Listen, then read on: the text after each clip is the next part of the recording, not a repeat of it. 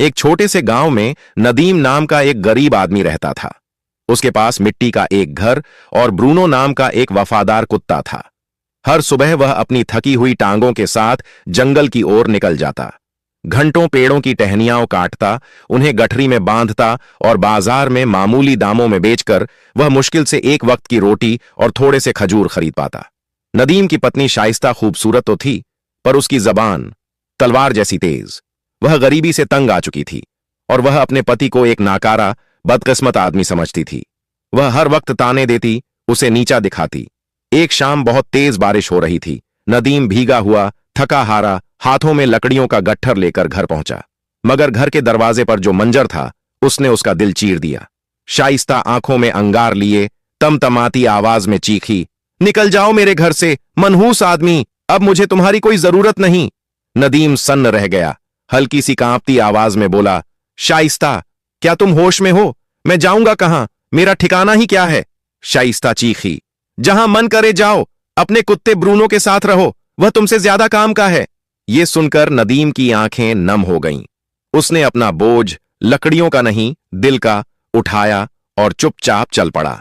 Bruno उसके पीछे चुपचाप चल रहा था, जैसे वह समझ रहा हो कि उसके मालिक का दिल आज बुरी तरह टूट चुका है। गांव के आखिरी छोर पर पहुंचे तो नदीम एक पुराने बेरी के पेड़ के नीचे बैठ गया। उसकी आंखें आसमान की तरफ उठीं। या खुदा, मेरे पास इस वफादार कुत्ते के अलावा कुछ भी नहीं बचा, तू ही मेरा सहारा है। बस वहीं से एक ऐसी कहानी की शुरुआत हुई जिसकी तसव्वुर न कभी शाइस्ता ने किया था, न नदीम ने। रात ढलती गई। नदीम पेड़ के नीचे बैठा रहा और ब्रूनो उसकी गोद में सिर रखकर उसे दिलासा देता रहा। जब अंधेरा और ठंड बढ़ने लगी तो नदीम उठकर जंगल की उस दिशा में चल दिया जहां कोई इंसान नहीं रहता था। चलते चलते उन्हें एक पुरानी खंडहर कुटिया दिखी। नदीम ने भीतर जाकर कुछ सूखी लकड़ियां बिटौरी और आग जलाई ताकि बदन की सर्दी कम हो सके, और फिर मिट्टी के फर्श पर ब्रूनो के साथ लेटते हुए बोला, गरीबी मुझे क्या मिटाएगी ब्रूनो, जब तुम मेरे साथ हो। तुम 1000 आदमियों से ज्यादा सच्चे हो। रात आधी हो चुकी थी। अचानक ब्रूनो गुर्राने लगा। उसकी आंखें कुटिया के एक अंधेरे कोने पर टिकी थीं। नदीम घबरा गया। क्या हुआ ब्रूनो? कोई जंगली जानवर है क्या? ब्रूनो उस मिट्टी की फर्श को अपने पंजों से खोदने लगा। नदीम ने जलती हुई मशाल उठाई और उस कोने में रोशनी डाली। वहां की जमीन ढंसी हुई थी, मानो सालों पहले किसी ने कुछ दबाकर छुपाया हो। दोनों ने मिलकर खोदना शुरू किया। कुछ ही देर में उनके हाथ किसी कड़ी लकड़ी जैसी चीज से टकराए। या अल्लाह! नदीम के होंठ कांपे। ये तो किसी संदूक का ढक्कन लगता है। कुछ और मिट्टी हटाने पर एक पुराना लोहे की पट्टियों से बंधा हुआ संदूक नजर आया। इतना पुराना कि किनारों पर काई और मिट्टी जम चुकी थी। कांपते हाथों से नदीम ने उसका जंग लगा ताला तोड़ने की कोशिश की। पहले ताला नहीं हिला, पर जब उसने पत्थर से जोरदार वार किया तो ताला टूट गया। नदीम ने संदूक का ढक्कन उठाया और अगले ही पल उसकी आंखें चमक उठीं। संदूक सोने के सिक्कों, कीमती अशर्फियों, भारी हारों और पुराने जमाने के बेशकीमती गहनों से भरा हुआ था। उसके होंठ कांप गए। क्या यह सपना है या खुदा ने मेरी पुकार सुन ली?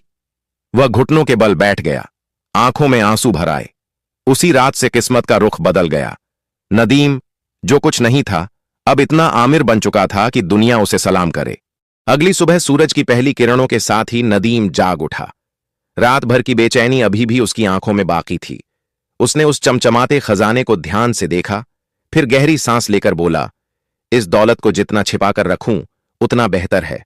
दुनिया की नजरें नफरत भी लाती हैं और लूट भी। उसने संदूक को वैसा ही बंद किया, मिट्टी से ढंक दिया और बस थोड़े से दिरहम अपनी जेब में रखकर बाजार की ओर निकल पड़ा।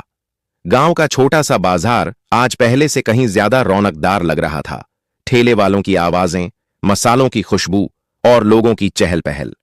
नदीम ने अपने और ब्रूनो के लिए रोटी, दूध, कुछ सूखे मेवे और थोड़ा राशन खरीदा। फिर उसने ऐसे वापस लौटने का रास्ता चुना कि किसी की नजर उस पर न पड़े। रात दर रात नदीम खजाने से जितना जरूरत हो उतना सोना निकालता। वह उससे माल खरीदता, बाजार में बेचता और धीरे धीरे उसके हाथ में व्यापार की समझ आने लगी। चंद हफ्तों में बाजार के कोने में उसकी एक छोटी सी दुकान बन गई, जहां तौल कभी कम नहीं होता था और पैसे कभी जरूरत से ज्यादा नहीं लिए जाते थे। लोग उससे सामान नहीं, एतबार खरीदते थे। उसकी मुस्कुराहट, मीठे लहजे और खालिस नियत ने दिल जीत लिए। देखते ही देखते गांव के बच्चे, बूढ़े, औरतें सभी कहते फिरते, वो आदमी जो कुटिया में रहता है, उसकी दुकान में बरकत है। उसकी शक्ल पर अब पहले वाली थकान नहीं, बल्कि एक अजीब सी रोशनी थी, जैसे किसी ने उसे टूट कर दुआ दी हो। लेकिन नदीम अभी भी उसी पुरानी खंडहर कुटिया में रहता था। रात होने पर वह ब्रूनो के साथ बैठकर मुस्कुराता और कहता, मेरे दोस्त, किसी को यह पता नहीं कि गांव का सबसे अमीर आदमी मिट्टी की कुटिया में एक कुत्ते के साथ रोटी बांटकर खाता है। दौलत अगर दिल में उतर जाए तो आदमी बेकदर हो जाता है, और मैं ऐसा नहीं बनूंगा। दिन बीतते गए।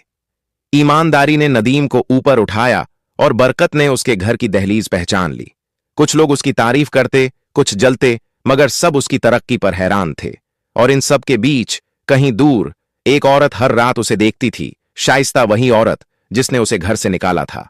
अब ताल्लुकात टूट चुके थे, तलाक उसके हाथ में था और पछतावा उसकी आंखों में जलता अंगारा बन चुका था। वह औरतों से पूछती, क्या ये वही नदीम है जो लकड़ियां बेचता था? और जवाब मिलता, हां, हालात बदलने वाले खुदा को सलाम, अब वह ताजगी से भरा ईमानदार व्यापारी है। शाइस्ता के दिल में हर रात एक सन्नाटा उतरता, काश मैंने उसे पहचाना होता। एक रात जब नदीम दुआएं पढ़ चुका था और पुरानी किताब के पन्नों में खोया हुआ था, अचानक दरवाजे पर दस्तक हुई। ब्रूनो फौरन सतर्क हो गया। नदीम ने दरवाजा खोला। बाहर शाइस्ता खड़ी थी, चेहरा मुरझाया हुआ, आंखें पछतावे से भरी हुई। उसने धीमी आवाज में कहा, सलाम वालेकुम नदीम। नदीम ने उसके चेहरे को गौर से देखा। वहां न घमंड था न ताना, सिर्फ टूटन। वालेकुम अस्सलाम, इस वक्त यहां क्यों आई हो? शाइस्ता कांपती आवाज में बोली, माफी मांगने, मैंने तुम्हें नहीं समझा।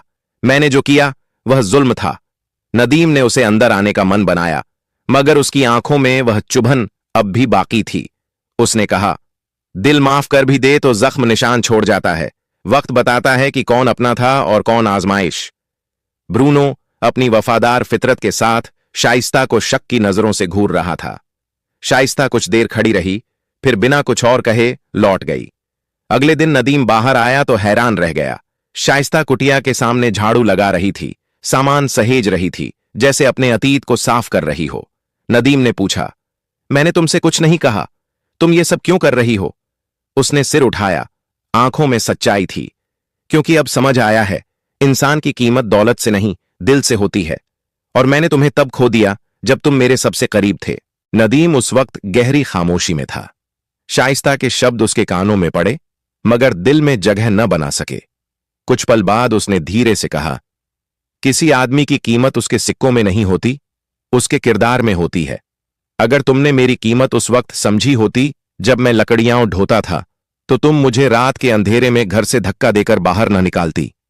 शाइस्ता की आंखें भर आईं, आवाज कांप गई। मैं अंधी होकर दौलत के पीछे भागी। दुनिया की चमक दमक ने मेरे दिल को सख्त कर दिया। आज मैं अपनी करनी की सजा भुगत रही हूं। क्या मेरे लिए एक और मौका है? नदीम ने उसे देर तक देखा, वह नजर जिसमें दुख था पर कोई शिकायत नहीं। फिर वह बिना एक और लफ्ज कहे कुटिया के अंदर चला गया। दरवाजा धीरे से बंद हो गया। वह अपनी पुरानी चटाई पर बैठा और खुद से पूछा, क्या यह औरत सच में तौबा करने आई है, या फिर उसकी नजर मेरे पास की दौलत पर है? उसे वह रात याद आई जब उसे घर से निकाल दिया गया था, जब उसके पास न कोई ठिकाना था, न कोई इंसान, सिवाय ब्रूनो के। उसी वक्त ब्रूनो अंदर आया, अपने मुंह को नदीम की जांघ पर टिकाया, जैसे कह रहा हो, जो औरत गरीबी में कद्र नहीं की, अब पैसों के लिए कद्र करने आई है। नदीम ने उसके सिर पर हाथ फेरा और बुदबुदाया, मेरे घर में जगह उसी की है जिसने मेरे अंधेरों में मेरा साथ दिया। नदीम शांत आवाज में बोला, हम दोनों के बीच जो रिश्ता था वह अब खत्म हो चुका है। मैंने तुम्हें माफ कर दिया है, लेकिन टूटी हुई चीजें फिर जुड़ तो जाती हैं, मगर वैसी नहीं रहती। शाइस्ता के होंठ कांपे। वह धीमे से बोली, अगर आप चाहें तो मैं एक नौकरानी की तरह यहां रह जाऊं, बस आपकी सेवा करने के लिए। नदीम ने कहा, नहीं शाइस्ता, मैं तुम्हें रोज रोज देख के कादिल दुखाना नहीं चाहता। बेहतर होगा तुम चली जाओ। शाइस्ता रो पड़ी। उसके आंसू सिर्फ पछतावे के नहीं थे, वे उस किस्मत के थे जिसे उसने अपने हाथों से जला दिया था। दिन गुजरते गए। वह कुटिया जहां कभी सिर्फ नदीम और ब्रूनो रहते थे, अब लोगों का अड्डा बन गई। कोई सलाह लेने आता, कोई दुआ मांगता, कोई मुसीबत बांटने। बाजार में लोग कहते, नदीम सिर्फ व्यापारी नहीं, वह तो गांव का सितारा है। और सच भी यही था। ईमानदारी ने उसे वह आसमान दे दिया था जिसे बहुतों ने सिर्फ सपनों में देखा था। एक दिन बाजार में एक आदमी आया, बेहतरीन कपड़े, चमकते जूते और चाल में रुतबा। सलाम, मैं हाजिम मरवान, गवर्नर का डिप्टी हूं। नदीम ने सिर हिलाकर जवाब दिया। खैरियत? हाजिम मुस्कुराया। राज्य को तुम्हारे जैसे सच्चे और नेक आदमी की जरूरत है। हम चाहते हैं कि तुम गांव की तरफ से शासकों की परिषद में शामिल हो जाओ। तुम्हें जमीन, सैनिक, नौकर और अधिकार दिए जाएंगे। नदीम ठहर गया। उसके हाथों में कभी सिर्फ कुल्हाड़ी रही थी और आज उसे सत्ता दी जा रही थी। उसने धीमी मगर ठोस आवाज में कहा, मैं वह आदमी हूं जिसने मिट्टी में रातें गुजारी। हुकूमत का बोझ अगर जरा भी टेढ़ा हो जाए तो इंसान जालिम बन जाता है। मैं अभी खुद पर पूरा यकीन नहीं रखता, इसीलिए यह पेशकश ठुकराता हूं। हाजिम हैरान रह गया। दुनिया दौड़ती है रुतबे के पीछे और तुम उसे ठोकर मार रहे हो? नदीम मुस्कुराया। सत्ता के पीछे भागने वाला अक्सर अपने दिल को पीछे छोड़ देता है। जब तक मेरा दिल मजबूत न हो जाए, मैं किसी इंसान पर हुक्म नहीं चलाऊंगा। हाजिम के जाने के बाद हवा बदल गई। गांव वालों की निगाहें पैनी हो गईं, कानाफूसी होने लगे। यह वही आदमी है जिसे कभी उसकी बीवी ने निकाल दिया था, जो टूटे दरवाजे वाली कुटिया में सोया करता था। आज यह सबसे अमीर कैसे बन गया? और यहीं से असली इम्तिहान शुरू हुआ। दौलत कमाना मुश्किल नहीं, दौलत को दिल से दूर रखना असली हिम्मत है। बाजार की चहल पहल में एक आदमी था, जुद्दान, बातूनी, चालाक और अंदर से जलन से भरा हुआ। वह रुई और मसालों की दुकान चलाता था और नदीम की बढ़ती इज्जत और दौलत उसे कांटे की तरह चुभती थी। एक दिन उसने अपने दोस्तों से कहा, कसम से इस आदमी के अमीर होने में कुछ तो गड़बड़ है। मैंने खुद उसे एक रात गांव के पश्चिमी छोर पर एक पुरानी दीवार के पास खुदाई करते देखा है। लोगों की आंखें सिकुड़ गईं। संदेह की ठंडी हवा बाजार में फैलने लगी। जुद्दान ने आग में और तेल डालते हुए कहा, उसे खजाना मिला है। हां, जमीन के नीचे दफन खजाना। तभी तो वह रातों रात अमीर बन गया। कुछ ही दिनों में यह अफवाह गांव के सबसे खतरनाक आदमी अजीत तक पहुंच गई। चालाक, धोखेबाज, जो पहले डकैत था और अब अपने आप को जासूस व्यापारी बताता था। अजीत ने मन ही मन मुस्कुराया। यह खजाना मैं किसी और को नहीं लेने दूंगा। अगर मुझे अपनी जान भी जोखिम में डालनी पड़ी तो भी यह मेरा होगा। एक शांत काली रात में अजीत चोरी चुपके नदीम की कुटिया के पास पहुंचा। वह झाड़ियों में छिपकर कुटिया के अंदर झांकने लगा। अंदर नदीम चटाई पर बैठा हुआ था, ब्रूनो को मांस खिला रहा था और उससे ऐसे बातें कर रहा था जैसे वह उसका सबसे पुराना दोस्त हो। अजीत ने दांत भींचते हुए कहा, ऐसा आदमी तो दिमाग से कमाता नहीं, नसीब से ही कुछ बड़ा हाथ लगा है। मैं इस खजाने को ढूंढ कर रहूंगा, चाहे अपने नाखूनों से जमीन खोदनी पड़े। अगले दिन अजीत ने अपने आदमियों को व्यापार का बहाना बनाकर नदीम के करीब भेजा। वह लोग सब देखते, सब सुनते, मगर नदीम की सादगी और मुस्कुराहट उन्हें कोई राज नहीं बताती। नदीम उनकी सोच से कहीं ज्यादा समझदार था। संदेह बढ़ा तो अजीत ने नई चाल चली। उसने कासिम नाम के आदमी को नदीम के पास दोस्ती का नाटक करके भेजा। कासिम ने दावा किया कि वह एक बड़ा निवेशक है और नया बाजार बनाना चाहता है। नदीम की शोहरत और ईमानदारी की तारीफें करते हुए उसने कहा, हम सोचते हैं कि तुम भी इस प्रोजेक्ट में हमारे बराबर के हिस्सेदार बनो। कुएं के पास की जमीन खरीदकर हम एक बड़ा बाजार बनाएंगे। कुटिया के बाहर नीम के पेड़ की छाया में वह बैठा बोल रहा था और सामने ब्रूनो कासिम को शक भरी आंखों से देख रहा था। नदीम ने भौहें उठाईं। तुम्हारा असली साथी कौन है और मेरे पास आने का असल इरादा क्या है? कासिम ने जल्दी जल्दी कहा, मैं सच्चा हूं और यह साझेदारी सबके सामने लिखी जाएगी। लेकिन नदीम वह आदमी नहीं था जो चमकती बोलती बातों पर यकीन कर ले। उसने शांत लहजे में कहा, अगर तुम सच्चे हो तो छाया में क्यों आए? चलो रोशनी में बैठते हैं, मस्जिद में, लोगों के सामने, गवाहों के साथ, वहीं हम लिखावट करेंगे। कासिम का चेहरा सफेद पड़ गया।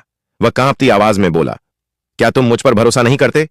नदीम ने हल्की मुस्कान दी, मैं अल्लाह पर भरोसा करता हूं और तुम रोशनी की तरह हो, दूर से अच्छे लगते हो, पास आने पर असलियत पता चलती है। उसने ताली बजाई। ब्रूनो तुरंत आकर उसके बगल में बैठ गया और कासिम को ऐसी नजरों से देखा जैसे वह कह रहा हो, यहां चालें नहीं चलेंगी। फिर नदीम बोला, और सुन लो, तुम जिस खजाने के पीछे भाग रहे हो वह जमीन के नीचे नहीं छिपा, वह सब्र, मेहनत और याद में छिपा है।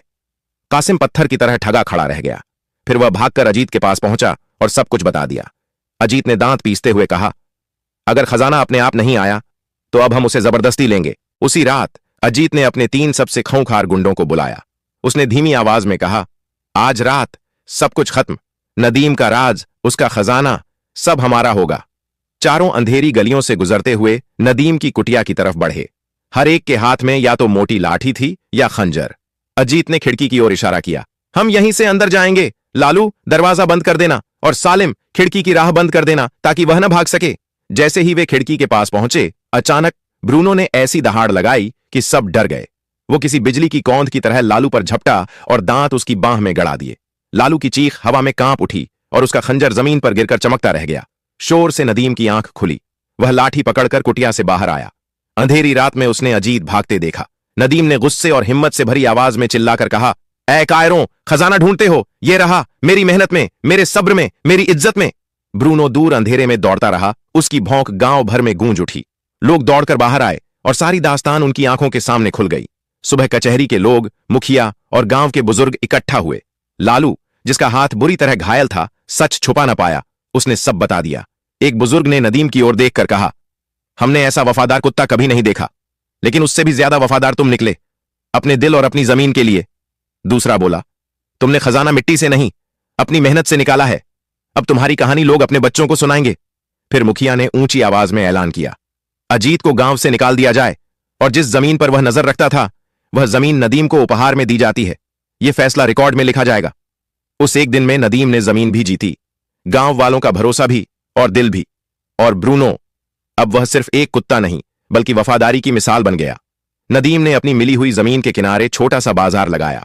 उसकी रोजी बढ़ती गई और नाम दूर तक फैलता चला गया। एक सुबह धीरे कदम रखते हुए उसकी पूर्व पत्नी शाइस्ता वापस आई। चेहरे पर शर्म, आंखों में हिचकिचाहट। उसने धीमी आवाज में कहा, ऐ नदीम, मैं मानती हूं कि मैंने तुम्हारे साथ गलत किया। जिस दिन मैंने तुम्हें घर से निकाला था, मुझे नहीं पता था कि मैं अपनी ही जिंदगी की रोशनी बुझा रही हूं। नदीम कुछ पल चुप रहा। फिर उसने नरमी से कहा, शाइस्ता, गरीबी इंसान का दिल तोड़ देती है, लालच उसे अजनबी बना देता है, लेकिन इंसान सीखता है, माफ करता है और फिर आगे बढ़ता है। शाइस्ता कुछ कह पाती, उससे पहले नदीम ने एक कदम आगे बढ़कर कहा, अगर तुम मेरे पैसे के लालच में आई हो तो वापस लौट जाओ, लेकिन अगर तुम उस आदमी को ढूंढने आई हो जिससे तुमने कभी मोहब्बत की थी, तो दरवाजा खुला है और दिल भी। शाइस्ता की आंखें भर आईं।